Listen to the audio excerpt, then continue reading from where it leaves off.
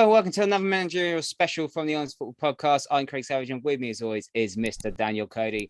Today we're in West London and it's time for QPR, who have hired Michael Beale as their new head coach. He replaces Mark Warburton. Michael Beale is from Aston Villa, obviously, and Liverpool, and from Rangers, who was assistant manager under Steven Gerrard over there. Highly respected, highly thought of, and he's been given his first managerial job. So let's start with our initial reaction. It seems to be a good signing. Well, it is. He's someone who's been linked with a fair few jobs recently, hasn't he, throughout the Championship and League One. He's someone that seems to be very highly thought of in the game. He's obviously, as you said, followed Gerrard from Rangers to Aston Villa and been one of the assistant coaches there. And I think the key thing is he's a very good coach. And if you look at the QPR philosophy generally, I know they did a bit differently this season in terms of getting some experienced strikers in to try and get them over the line into the playoffs, which didn't work out in the end. But they have got generally a core of a young side. They generally sign younger players, and to have a good coach that can help improve them can make a difference. And I know that QPR won't like the comparison, but you only have to look at our club, Luton Town, to see the difference that can make. So I think it's a clever appointment in terms of the way QPR are going about things, the way they're structured. It should be said that Mark Warburton did a good job. I know we'll talk a bit more about him in a minute, but the club, it's quite rare, isn't it, where a manager or a head coach comes in and the club's actually in a decent position already. They had a horrible injury run towards the end of the season. They obviously fell away, but I think it's a good appointment. It's a highly sought after man. He was waiting for the right job and he seems to think he's got it. So if he's given a bit of time, if he's given the opportunity to improve players and to recruit well, and it is going to be important who he gets behind him in the backroom staff, it could be a match made in heaven. But as we've also seen with a lot of people who make that step up from number 2 to number 1, if it's not given time, it can go wrong very quickly. So it's not without risk, it's got to be said. But I think overall, possibly a good appointment was my initial reaction. Yeah, I totally agree with you. Say like not all number 2s make good number 1s. We kind of seen that for ourselves with Mr. Graham Jones. Let's talk about QPR from last season.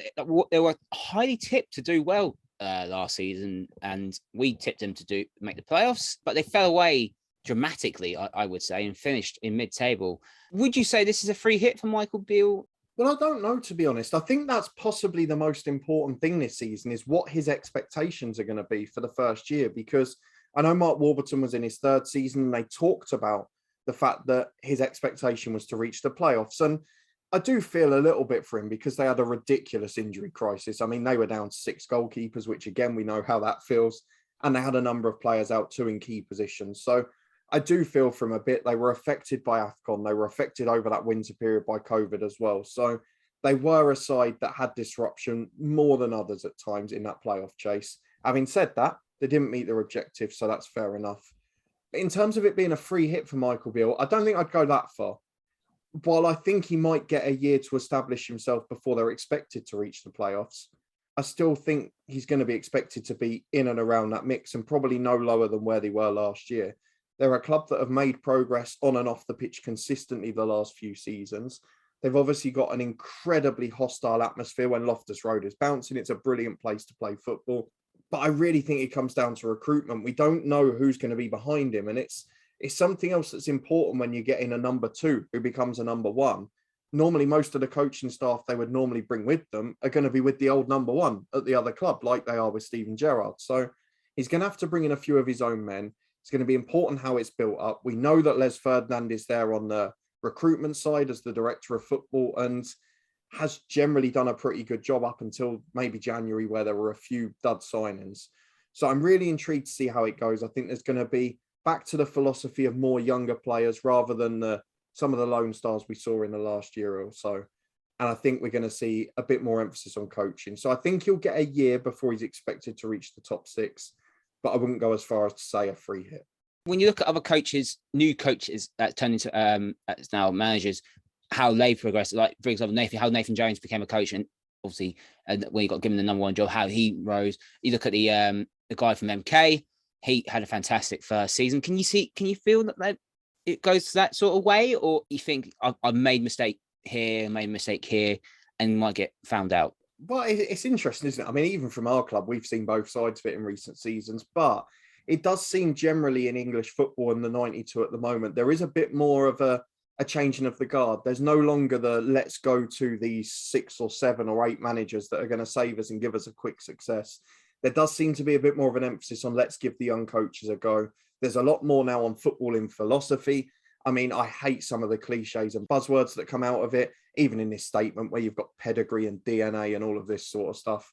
Let's be honest, if he doesn't win his first 20 games, he's going to be gone, regardless of what his DNA is and how well he coaches the side. So I don't think there's too much emphasis on that, but we are seeing that edge towards younger coaches, people that have been in the game more recently and worked with or at the top level more recently, who maybe understand the players of a very new generation that's probably quite different to that sort of authoritative figure the manager was 15, 20 years ago. So I can understand it. I can see it becoming more of a trend, and it has worked on a number of occasions.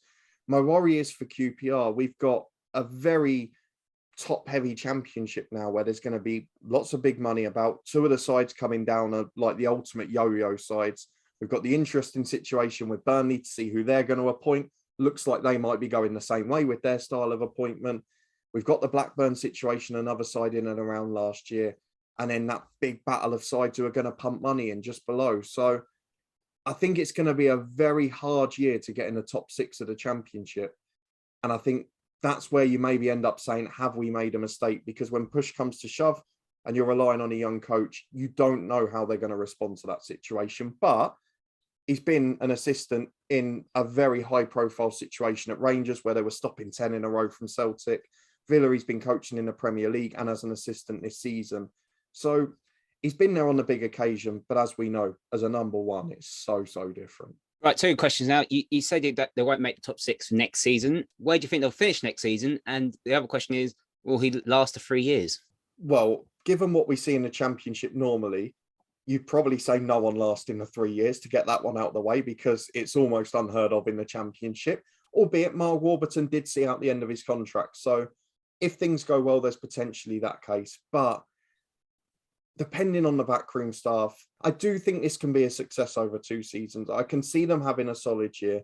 I can see them being in that playoff mix the second season, but I don't know if he's going to be given that time. I would imagine if Mark Warburton was sacked for not making the playoffs, that Michael Beale's expectation would be to be in that playoff hunt. And is it going to be good enough if he fails with 2 games to go as well? I don't know. And I don't think they will make the top 6. I'll say that now. I know I thought they did last year and was wrong there, but I don't know that he's going to be given the time he needs. I don't know that he's going to be given the backing in the recruitment window, but I'm going to stick my neck on the line and say it's a good appointment. He's been so highly sought after. He's going to do at least 2 seasons, and in the second of them, he'll make the playoffs. The first of them, probably middle of the top half. So maybe 8th, 9th or 10th, I would say, that sort of area. I think they're going to be about mid-table. I'm not expecting much from QPR. I think this could be a free hit. But if he gets in a bit of bad form, I can see it lasting the season if he goes in a bit of bad form. But that's our thoughts on the new hiring of Michael Beale at QPR. Let us know in the comments what you think of this new head coach. Don't forget to like this video, subscribe to the Honest Football Podcast, and you can follow us on Twitter at Honest Football 3. And we'll see you next time.